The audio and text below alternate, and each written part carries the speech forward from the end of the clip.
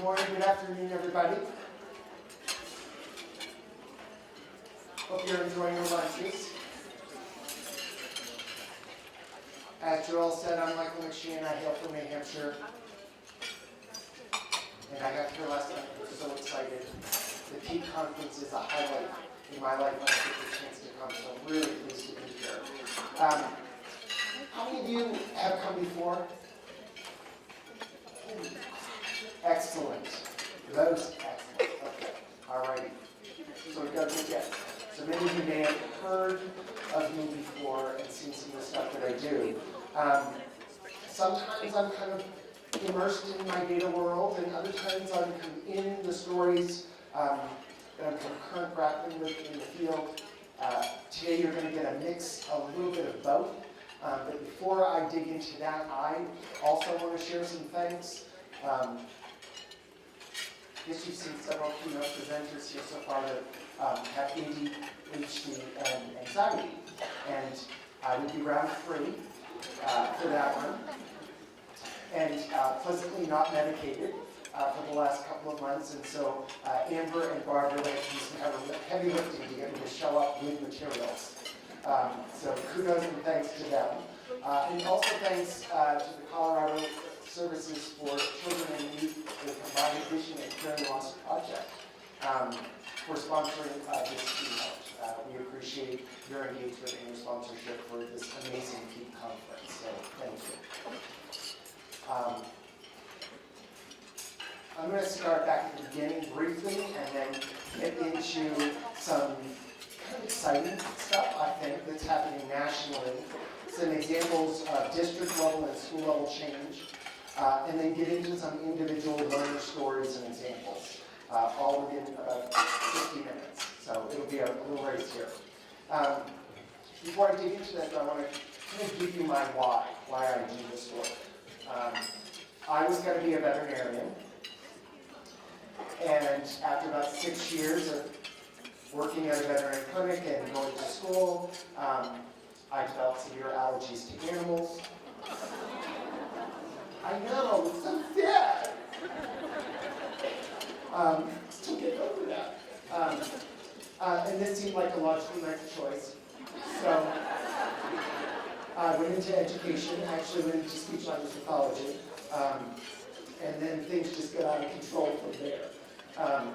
So I was born and raised in a little town called Rochester, New Hampshire, about an hour and a half northeast of Boston, Massachusetts. And I graduated from high school in 1985.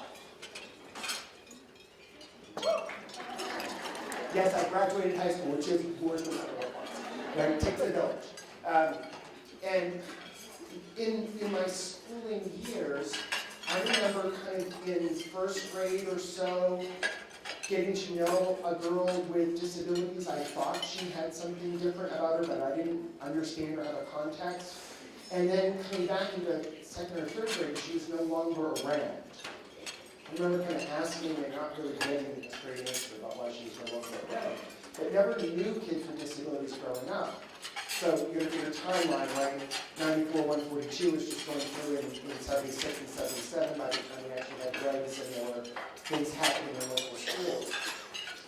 So my school district, I found out, was very much so grappling with this. And my hometown school district, Rochester School District, was pushing back heavily on educating kids, particularly kids with disabilities, kids with more significant disability labels in their neighborhood schools. When I got to college and changed career path, my first introduction to exceptionality course, I got introduced to a bunch of disability law, which I was not really excited about until my personal interests were recruited and I discovered case law around my own hometown. And little did I know at the time that my hometown was setting national precedents in special ed services. The case is called Timmy W. versus Rochester, New Hampshire. And it is the case where a school district made the argument in the courts to say this kid is too disabled. This kid cannot benefit from special education, let alone benefit from being in a public school? Which was a question that was not being asked only in Rochester. Like, I want to give my town a little break there. They were not the only ones pushing back. They're still not the only ones pushing back today. But the way that they pushed back and the way they argued resulted in clarity for us, and that was this phrase that we use called the zero reject policy. Doesn't matter what your label is. We're going to bring you in and try stuff out. Doesn't matter how many multisyllabic words you have in your file. We're going to give teaching a try. And not only did it say, you don't have to demonstrate the capacity to benefit from education before we're actually going to deliver it. They went on to say that educational methodologies are not static. What we know right now in the late 80s, in that time zone, is not what we're going to know 20, 30 years from now. And lo and behold, educational methodologies actually have evolved over the last 30 years, and we figured out a few new things, particularly around education for kids with big labels, including those who are deaf and dumb. They also held that it was the responsibility of the school districts to keep up with them. So no pressure, school districts, but everything that's happened since, there's a lot of support. You're responsible for knowing what those things are, which, quite frankly, is really hard to do, but keeps me employed, so awesome. Also in this first intro to exceptionality course that I took as an undergrad, I had this teacher, Jan Nisbet, and Jan had a great way of getting everybody else to teach her course. A series of guest lectures cycled through. About halfway through the course, we had been learning about people with severe disabilities, but I had never met anybody. Once Jan introduced me to this law, I understood why I never met anybody with a severe disability in my hometown. But I come to class and I see this guy in a wheelchair. He's got somebody helping him out. He's got a guide dog. And he's making sounds, but I'm not understanding the sounds. So I'm thinking, aha, this is a person with a severe disability. I've heard about them. And I'm thinking, Jan's going to talk about him today. Because that was my expectation. So how could a guy with a severe disability give a lecture in a university course? Well, he wheeled in, pulled out his big green communication board, and started tapping away on letters and words, proceeding to give the lecture on disability policy, community organizing, and cracking a bunch of jokes that were going directly over my head. And I was hooked. I knew I had to figure out what the hell is going on here, because I don't understand it. I don't understand why I've had no life experience in my 20s, and I'm just having this thing happen. I don't understand all the stuff that I was starting to learn about people with disabilities, and now I'm meeting this guy who's doing this lecture that I didn't think he should be able to do. So I kind of made that my focus. It's my life's work, it's my calling. That guy, it turns out, was Bob Williams. For anybody who's familiar with disability policy work in Washington, D.C., and knows amazing national leaders, Bob Williams is one of them. He's worked on Capitol Hills going back to the Clinton administration under Donna Shalala. He's been an assistant secretary, commissioner of various agencies. He's no slouch. He's not an exhibit A for a course in exceptionality. He is the lecturer. That bias that I have now, right, because that set me up. From that moment on, I thought, it doesn't matter what your labels are, it doesn't matter how you present or what you look like. We've got to figure this out, because that's what Bob said to do. So I want to pass the course, I'm going to do that. Now, Joelle and I were just talking before the keynote started, and we were sharing a couple stories back and forth, and she referenced one story about how she was treated by an educator in her early childhood. She said, well, but it's an old example. But how an educator didn't want to teach her. Feel like they should, or that maybe that she would benefit. And the sad news, and why I'm here doing this work still today, is that that story has not disappeared yet. And we are going to work to stamp out that story.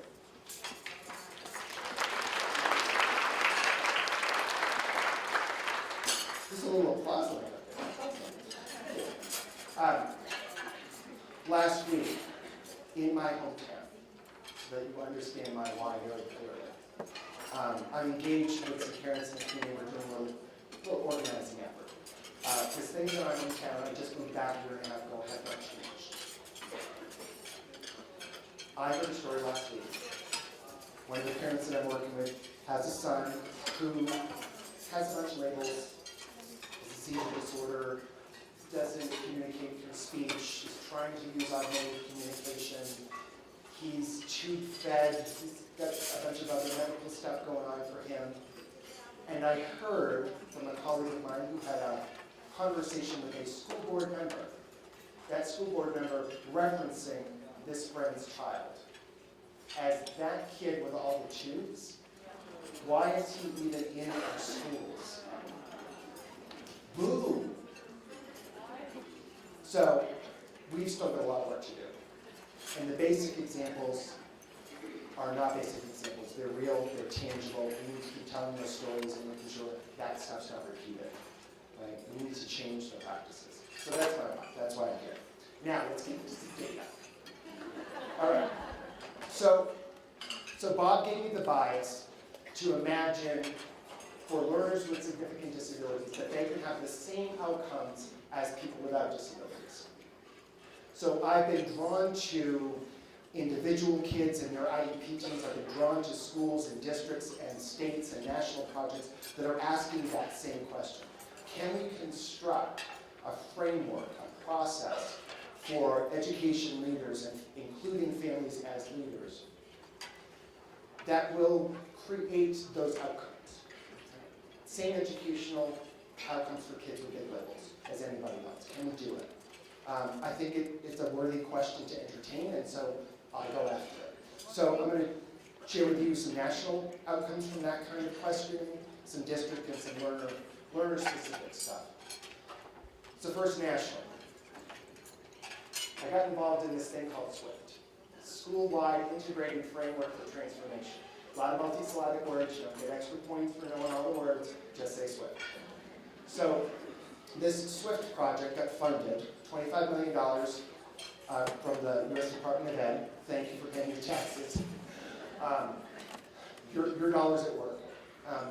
And SWIFT was funded to kind of look across all these different centers that were out there across the country doing behavior work and literacy work and learning disability work and pick a different area.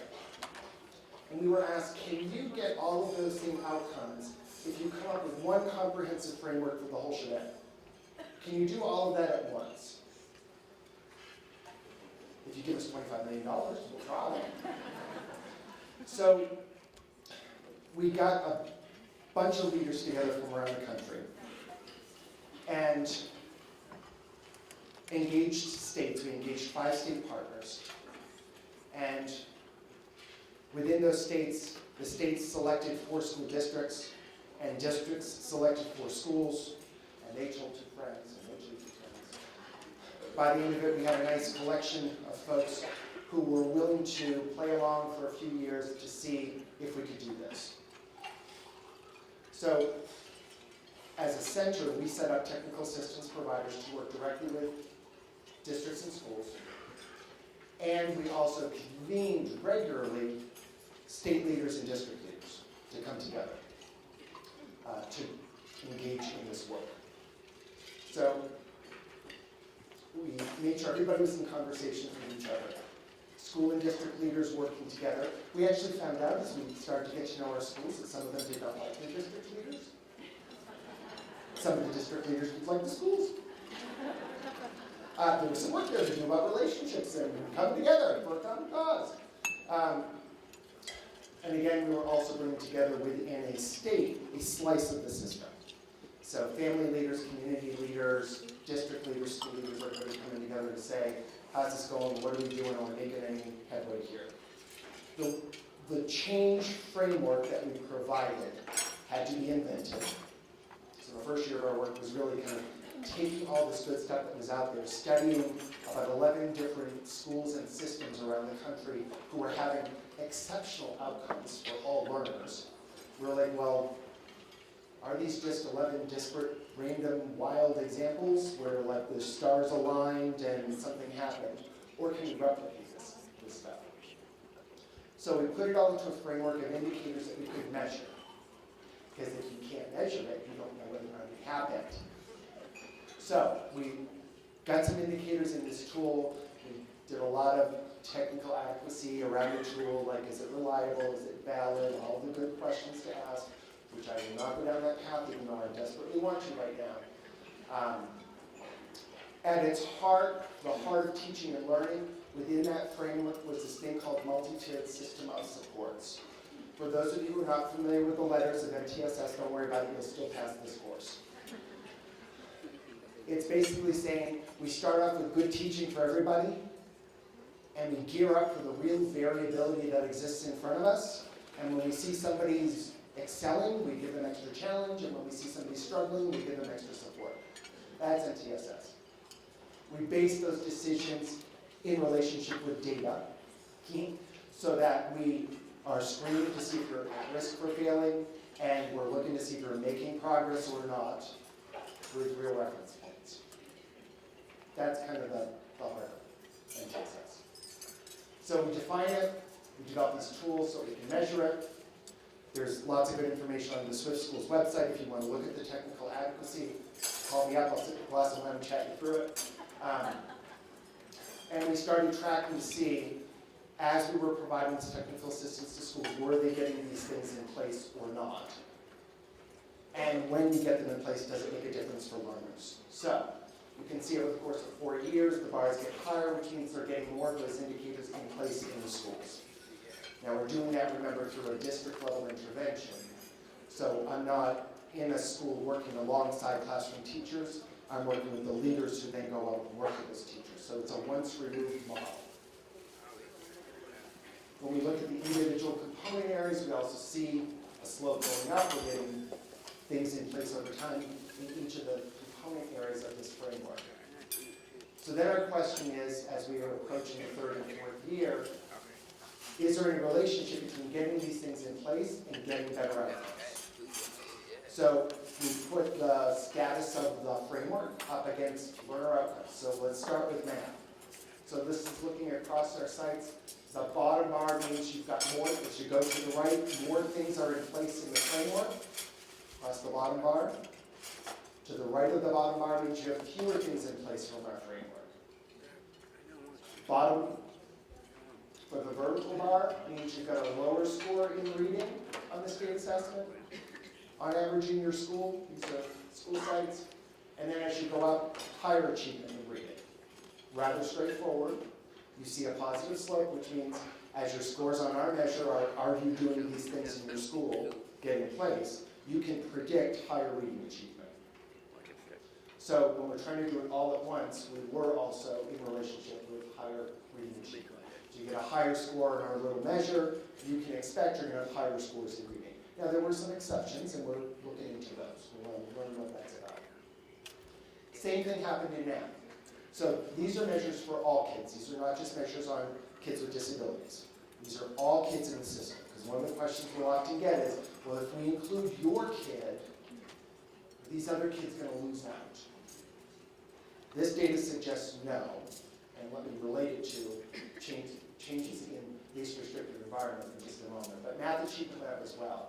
One of the questions we asked about a subset of this is, well, what about people who live in poverty? What about our schools who receive Title I funding? Where is it playing out the same there? Is this a resource issue?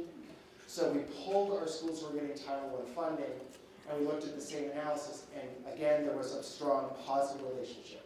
The more things you have in place from the SWIFT framework, the more you can predict higher achievement in reading, even if you come from a context of poverty. Same thing happened for math.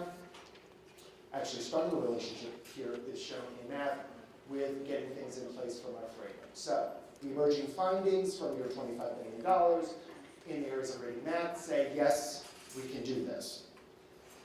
Now, are we doing it hitting all the other areas? Measures of time in general ed for kids with disabilities, behavior, are kids with disabilities actually participating, or are they just breathing the air? What's going on there? So, in-school suspensions, we notice we're declining over time with our sites, and you'll see we've got that decrease overall and specifically for students with disabilities who we know get double dipped on office referrals and in-school suspensions and out-of-school suspensions, so we want to make sure that we're impacting these numbers. For kids with the biggest labels, so we measured that by asking who are the kids in your school who take the alternate assessment. So each state has a general assessment and an alternate assessment based on alternate achievement standards. To qualify for that assessment, you have to be judged to have a significant cognitive disability. So we said, well, let's pull out those kids' data and ask, are they spending more time in general ed the more we get the framework in place? Here's the change. So the left column, 80% or more time in general ed, you'll see that we nearly doubled that number in just 1 year. So from 18% of students with significant disabilities across 4 of the states spending 80% or more of their time in general ed, we went up to 31.72, 32%. So that's substantial, with a corresponding decrease in the kids who are spending the least amount of time in general ed. So part of the question for us was, can you, through a school-level, district-level intervention, actually change, for kids with significant disabilities, their time in general ed? By changing overall school-wide structures and overall practices in the school. And our data is suggesting that yes, in fact, that can happen. Then we ask the follow-up question, but are they just physically there? Like, are people dotting I's and crossing T's because they're part of the SWIFT project and they want to be Swifty, right?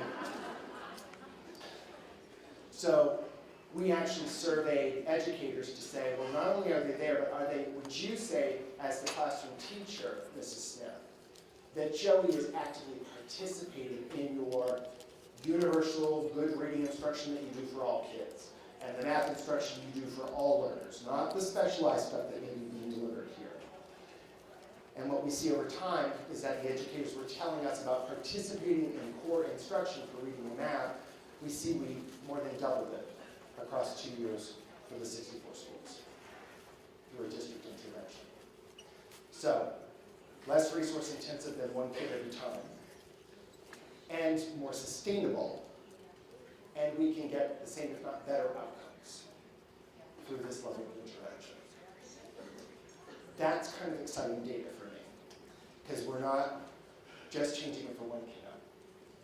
Right? Now, there's lots of learners in school systems who actually know kids with significant disabilities because they're in reading and math with them.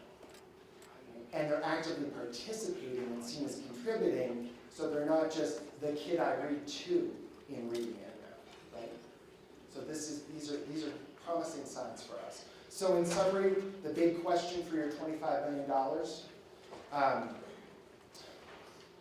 can we get all those good things through one framework? For the most part, yeah, looks like we can.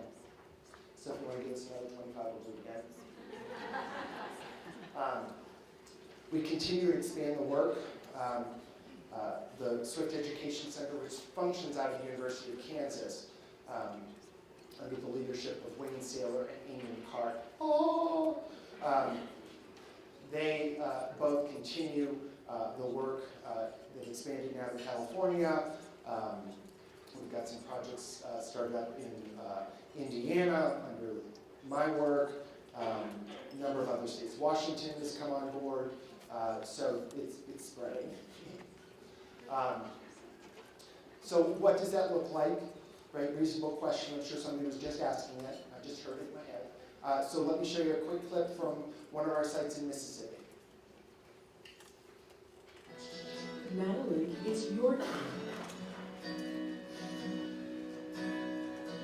I know the children need us. That's the most important thing. The children in the Mississippi Delta can learn just as well as any other children in the U.S., but their experiences and exposures are very limited.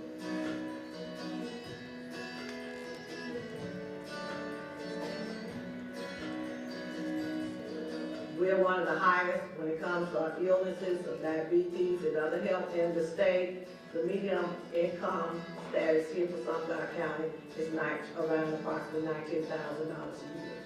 And that's not a whole lot. Y'all have a good day. At James C. Rosser, we believe in a vision that all children will work together to build a community of dedicated and productive citizens. They know that we are here as a team, and they know that we have to take ownership of whatever our data says, because it belongs to us. They know that all of our job is that we want to see all of our students grow. Good morning, Madeline. How are you? You been sick?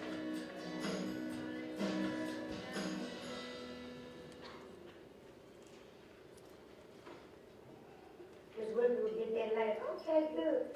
I want her to be in that class with the regular kids that can talk, because she learning the same thing that they are learning. And I don't want, even though she's kind of behind with her speech, I don't want her to be that much behind being in a different class. So I want her to stay with the kids in her age group, because they also help her too. She sees stuff they do and she wants to do it.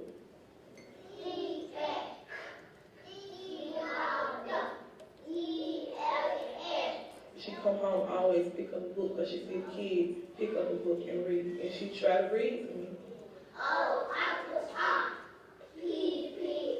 The most important thing in inclusion is not money. It is the teachers' experience, the resources that we already have in the classroom, and making sure that we have differentiated instruction for students. Okay, so these are the words that we're learning this week.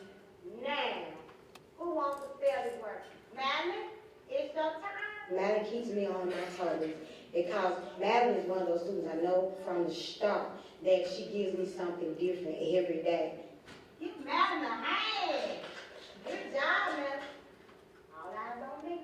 And what I've noticed is that she gets along well at every table. So she's able to work with every student. I even find that they even do scaffolding for her, even at their age. They know what to work with her on, and they encourage her to do well.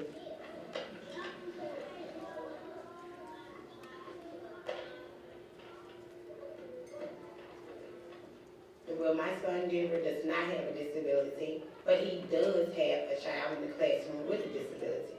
Yes, it's very positive, because he comes home and say, Mom, what can I do to help Madeline? Mom, what can I do to help her do this? She's just a normal, perfect child to me. And I love the way she is accomplishing, because I thought that she wasn't going to be able to do it. I'm glad they put her in a separate class, that she's in a normal class. I just hope her speech get better, and she do as good as I did in school as far as graduating and going to college and everything. What's your name, Madeline?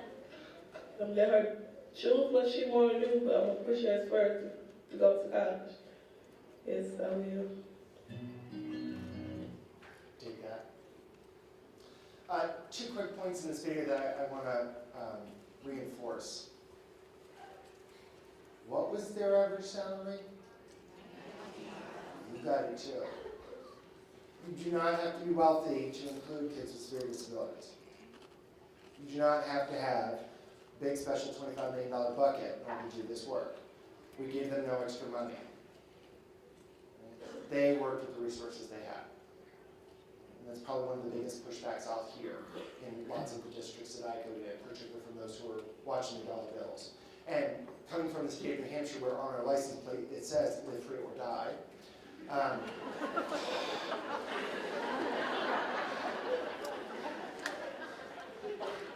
While we believe in your individual freedom, we also have our eye on the pocketbook. Local control is strong in New Hampshire.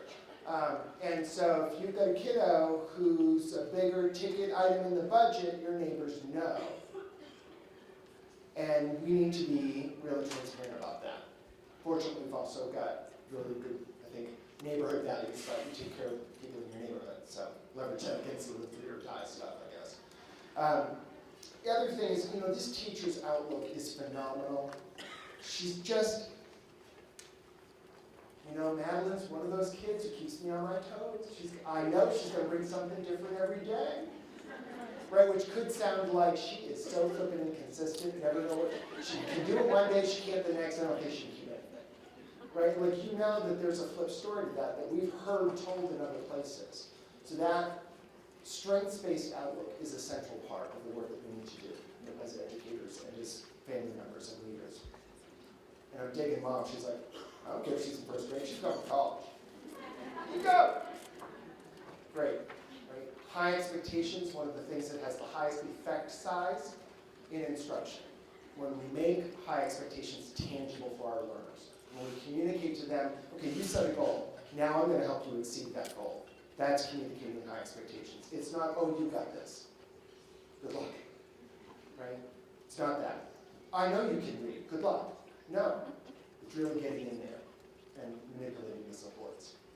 So at the district level, just to kind of lay out another graph, because I love them. Imagine that this is Colorado, and each bar represents a district in Colorado. And 3 districts say, we're not really pleased with our LRE data. We got a lot of kids in separate places, and we want to change that stuff. So you engage in a multi-year change process. So this is 2000, 2001 for this state. Same state, 15, 16 years later, and this is where those 3 districts are when it comes to measuring LRE. They now have the strongest LRE numbers. The most kids with disabilities spending 80% more of their time in general ed. Because they said, we're not happy with what's happening right now, we can do something different. Doesn't matter what our history is, that does not predict our future. And it's what we choose to do next, that's going to say it. And they made a choice and they stuck with it. And you can see the change in the results. Imagine your district being that bar, if it's not right now. You can make this. You can totally do this. So let's dig into what that might look like at an individual district level very quickly. I'm going to point to Cecil County, Maryland. Semi-rural school district. They've got 29 different schools with a little over 15,000 students in their community. So large enough to be large, and still you can kind of know a lot of people in the system. They had been a district who had a history of being known for including kids with significant disabilities, and the urgency had waned off, and they started to see things popping up in their system that were red flags. One of the middle schools suddenly had a separate classroom for kids with significant disabilities. Because one kid came into the district where in their IEP it said that they would have this separate setting, so they had to create it until they changed the IEP. Well, lo and behold, 6 other kids in the school suddenly were drawn, by the magical special ed magnet into that space. If you build it, they will come. Right? It got built, they came. Right? So I'm an educator, I'm struggling in the moment, what am I going to do? Oh, I have an out, ship them over there. Oh, I'm the paraprofessional supporting them, I have a relationship with a para who's working in that room. Oh, let's go for a walk, Johnny needs a break. Where do they end up? That room. Right? It just draws you in. A black hole. So they started to see this popping up in their district here and there, and they noticed that some kids were spending time in general ed classrooms, but they weren't really meaningfully engaged in what was happening. So they said, we want to relook at what we're doing here. So they convened a district team to lay out and apply a framework called Membership, Participation, and Learning, MPL. And it's a way of operationalizing inclusive education at the individual learner level across the system. Does the kid have high membership and a sense of belonging? Like, are there signs and symbols that show you should be in this class? Are there signs and symbols that you're actively participating in the instructional routines that everybody else is participating in? And then, is there evidence that you're actually learning while you're here? So it's a way of saying this is meaningful inclusion versus the drop and run. So the district leadership set the stage. They kind of sent out memos and convened leaders and said, we're going to be taking another look at this. They actually did active walkthroughs through schools to kind of do the rollout and bring attention to it. and engaged families in conversations on their district teams and through stakeholder community focus groups. So here's the framework. It holds that you work from the outside in. First, you make sure kids have membership, that they count, they have a desk, when books are handed out, you get a book too, right? When you're assigned a locker, you get a locker that actually has a lock on it. You're not in that wing of lockers that doesn't have a lock on it. You know, you're all clustered over there because you have a significant disability, but everybody else get those lockers assigned alphabetically. Right? So it's those signs. Do you even belong here?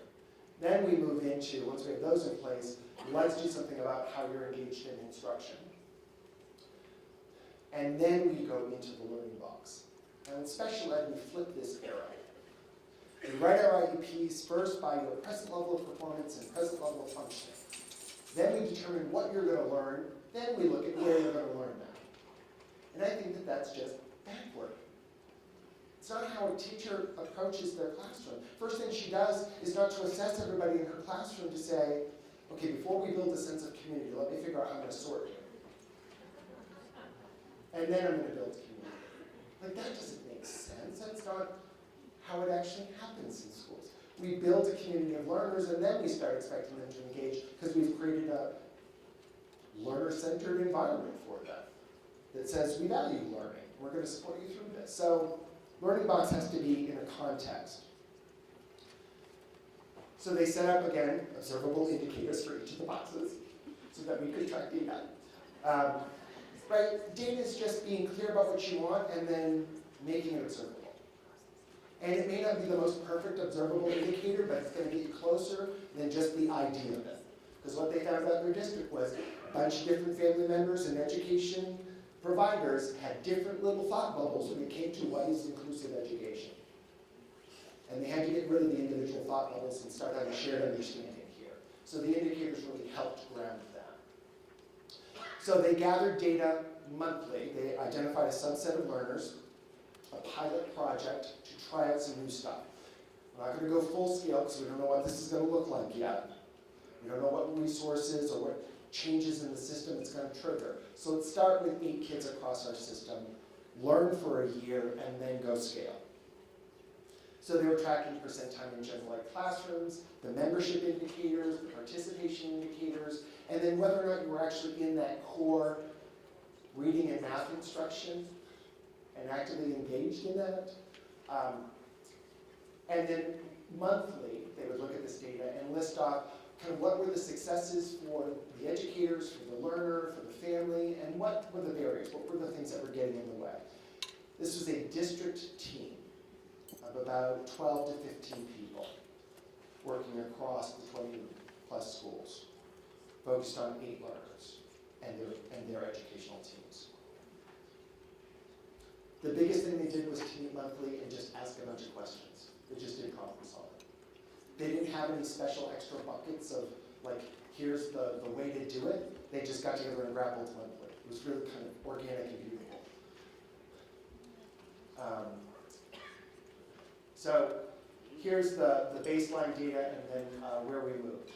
So from October, when we started, to April, you'll see the pink column is the percent time in general ed at baseline in October.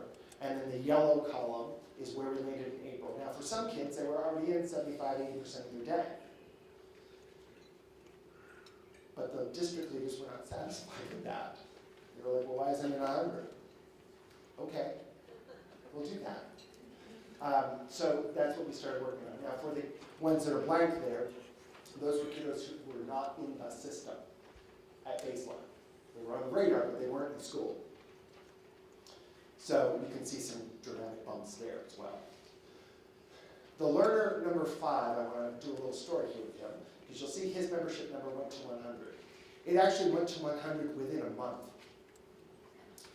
He was one of the learners who was in that separate magnetized room at the middle school. And we did a review of his records, and we were like, so why is he in here? What's the gig? Well, it turns out, like 2 years ago, he was having some behavioral struggles. You know, he had a few kids, had a few teachers, wound up in services. And nobody had ever kind of returned, because he also had a label of an intellectual disability. Nobody ever returned to the question, should he still be spending all this time in the separate space? Now that he's in the separate space, we have no behavioral episodes. So shouldn't we be trying to get him back in class? But nobody asked the question. So we're like, well, let's try. Which made a lot of educators sweat. And we were okay with that. Get a little extra antiperspirant, a couple of towels, and we think this is all the support you're going to need. Kids highly verbal, doesn't require any, I would not say any extensive supports, some reading and writing accommodations, occasionally needs a scribe. Had a paraprofessional with him, went into the first class. After like 10 minutes, the paraprofessional was like, okay, so the classroom teacher's got this. She kind of hung out at the back of the class. After a few days, her supervisor noticed that she was just hanging out at the back of the class, and she's like, what are you doing? Like, promoting self-determination. Excellent, we will pay you to do that. Hang back here, get out of the way. Within 4 months, this kiddo was taken off of the alternate assessment track. Doing grade level work, with accommodations, no modifications, passing all of his courses with no paraprofessional. Issues of expectations and historical records, right? Just took a bunch of concerned citizens to step up and ask some questions. That was it. So, of course, once that story made its way to the leadership of the district, there was an interesting meeting,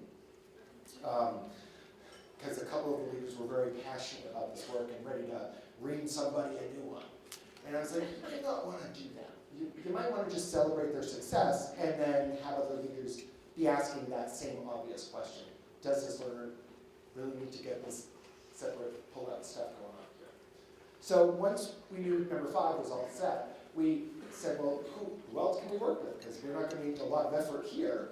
And there was a student in the middle school who was currently in a home-based program who was judged too medically fragile to come to the neighborhood school. She had some vision issues, a seizure disorder, had a wheelchair, tube fed. I mean, we can go down the list, right? And they met with the family, and the family's concern was, you know, I'd like my daughter to be alive at the end of the day. Can you promise that? They were like, well, trust. Let's make a protocol for supporting her in case she has a seizure. And they followed the protocol, they trained the protocol, everything was good. First few days in, she went home alive, everybody was happy, right? The bar was pretty low, but the parents were really grappling with the dignity of risk. If I don't allow this to happen, what am I doing to my daughter? And if I do allow this to happen, what am I doing to my daughter? Right, so healthy grappling, right, that we've got to sit through and figure out what are the supports that would help you take this step. You'll see we brought her in, she overlapped with 5, so I want to say we probably started with her late December, early January. By April, she was spending approximately 80% of her time in general ed settings, learning alongside peers. Really quite doable once we kind of got the things in place. So I want to just show you what things look like in that school. So let's just take a quick look at the video from that school system. Multiple access points. When I'm studying for a lesson, I try to give my students multiple access points. This involves different ways of visualizing the material. I know some students learn better by reading, so I make sure that there's an element of reading in there. Some students will learn better if they write it afterwards. Some students need to see it. Some students need to touch it. Sometimes it may feel like a circus, but it's trying to meet the needs of every student in the class. You will be getting a circle magnet to hold the train or bus onto the Newton scale. This is a new piece of equipment you're going to learn to use. What it does is measure force. I've worked with Ashley for 2 years now. I taught her in 7th grade science and now in 8th grade science. It was difficult for her to learn how to use the eye gaze machine. Once we started doing that, I started making notebook files so she can look at and switch between the screens the eye gaze has definitely helped her to become more a part of the class. I want you to write a question for Ashley. I want you to, okay, I'm gonna give you a marker. We need to try to help her figure out if the new ramp is going to have more or less. So, will the new ramp have more or less effort? A, more, B, less. I'm not sure what the answer is. She'll work with her peers, and she will also be able to go around to different lab stations. So she is capable of learning grade level content as it's relevant. Having students like Ashley with severe disabilities in my classroom benefits every student because they see what the real world is like.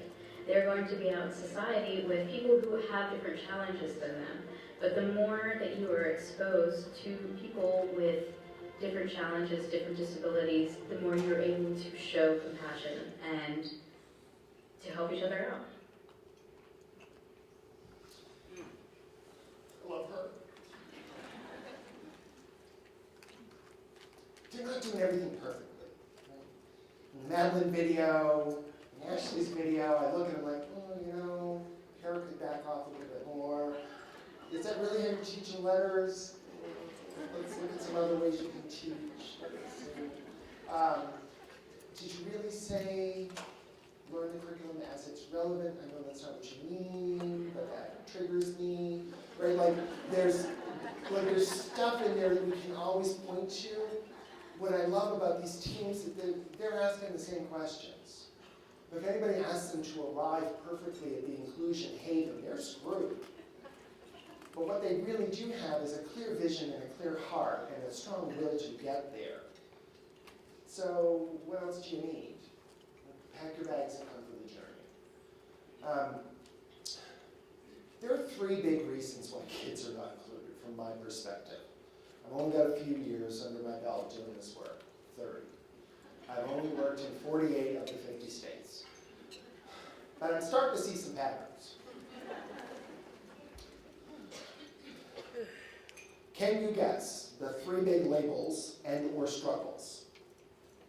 Pause for a moment. You're already calling out, so go ahead, you're like me.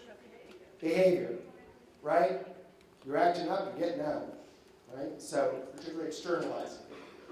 Behavior, and I'll put in there social emotional concerns. Next big bucket. Expensive, yes. Yeah, that could go on the list. Add that as well. You went down communication path, that's a huge part of it. And I would say it's the kids who present with kind of multiple things going on with communication, at least one of them. And that communication can play out in being deafblind and needing different modes of communication. It can play out in being nonverbal and needing different modes of communication. But right now in our country, we're not doing great for kids who need augmentative communication. We're running about 50-50 is the latest data. 50% of the kids who should have AAC have it in the United States. The other don't have anything. So we have a little improvement there. The last bucket is this notion that some kids just can't learn the general curriculum. From a research-based perspective, we do not have data to suggest that anybody with a significant intellectual disability cannot learn chemistry. Because we haven't researched it. Right? Like, we don't have the data to say just because your IQ is, as Ann Tomlin used to say, below freezing. Doesn't matter what the number is. That does not predict your learning. Good teaching predicts your learning. Now, I have a video I was going to show you, but you've already given me a little 5-minute warning over there, so I'm not doing that video. Okay, got it. But at the individual class and learner level, I do want to make these research-based perspectives known to this group. In the 40 years of research we have, particularly focused on kids with intellectual disabilities, what we have is an amazing body of evidence that shows these kids with significant disabilities spending more time in general ed classrooms directly relates with them having better outcomes. Academic achievement, communication, self-determination, employment skills, social skills, all go up in general ed settings. And that's not even necessarily being well supported. That's just being in the setting. Why? Well, it's a literacy-rich environment. Why? It's a language-rich environment. Why? I have peer models who behave differently than I do, right? I have communication-rich examples in front of me all day long, right? Those are also instructional methods. Having peer models is a form of instruction. So the outcomes don't shock and surprise me on that side. What does shock and surprise me is what's in yellow. In 40 years of doing comparative studies, of tracking kiddos with really similar profiles who are spending most of their time in separate settings and most of their time in general ed settings, we don't have one study in 40 years that shows better outcomes from kids being educated in segregated environments. Not one comparative study. What more evidence do you need? Is it at year 45 that you'll come over? We've repeatedly done the studies. Different people with different methodologies. They all come out the same. We don't have one study that shows better outcomes from separate special education. Yet we're funding all these resource rooms and severe disability rooms, and in some places they call them the moderate to severe room, the functional skills program. I don't care what pretty name you put on it. It doesn't have an evidence base at all. So yes, clearly and it sounds like you all do too, resonate with a value of you live in my neighborhood, you should go to my neighborhood school. Boom, done. I don't need the research for that. But just that layer on top of the icing on that cake. We got 40 years of research. We might want to pay attention to that. Yeah, give it away. And thanks to Jenny Kirk for her continued diligence in re-summarizing this data. We do have data now that shows that kids with intellectual disabilities demonstrate gains in reading at the same rate as their peers without intellectual disabilities. And that's in relationship to good instruction. So that's important to know.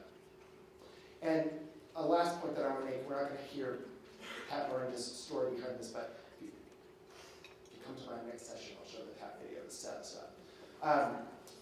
What she does is, in about 5 minutes, she does a wonderful synthesis of the literature over the last 40 years, which shows that IQ does not predict learning outcomes. In fact, IQ explains about 25% of learning. So take that number and predict where you're going to land. IQ is only going to give you about 25% of that. 75% of learning is predicted based on good instruction.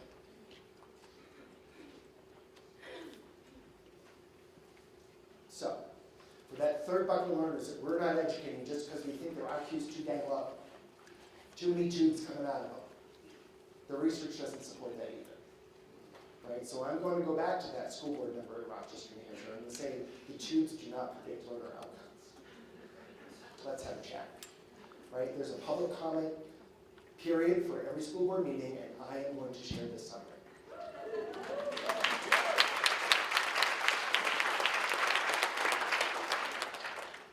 So that's what I'm going to do. I've got like 2 minutes left, right? I have 0 minutes left. Okay. So this is actually built into the next session, so just all come to the next room right there.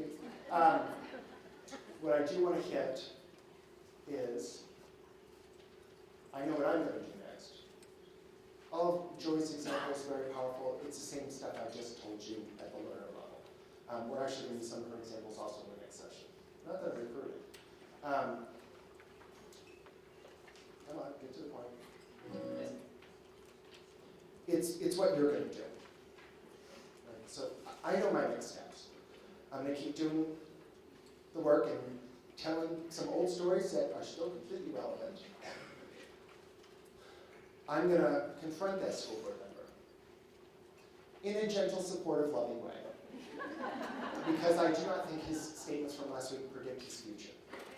That said, I know he's up for election in 2 years and he's from my ward, and I'm willing to run against him.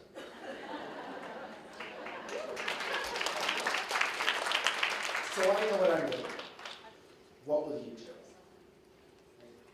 Can you convene a group of state, district, or school-level leaders to explore inclusive education? All that change we got in SWIFT was when we brought citizens together, got them connected, and had them asking good questions, and gave them just a couple of simple tools to use.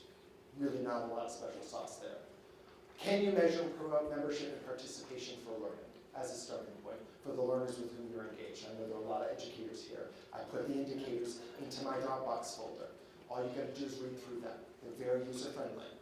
You can also email me with any questions you have about them. You can start a messaging campaign about the 25-75 split. Right? Let's take on the fact that IQ does not predict learner outcomes. Oh my God. It's not just about not saying the R word, it's not practicing it. We've got to cease and desist this behavior. Review the communication options for your learners. Talk with learners as if they're competent. Right? I started working with this young guy, Jay. He was in 4th grade. Everybody said he functioned right, at this teen-month-old level. And they talked with him like a little baby. And I talked with him like a 4th grader. They looked at me like, what are you doing? Talk with him like he can understand. Stephen, met him when he was much further along, 6th grade. Everybody said he functioned at an 18-month-old level. I invited him to my debrief meeting. I did a day-long observation. I met with the IEP team to debrief, and I directed all of my commentary to Stephen, who has an IEP goal for sitting still for 5 minutes. He sat for 45, completely engaged, right? Something happens when it's all about you, or at least it doesn't. Right? Talk with people as if they're competent. Ask family members about their history, their preferences, their vision for their learners. And if nothing else, just try one dang thing. Just try one new thing with a sense of urgency. Please do. Thank you for your time, and best of luck with you in this week.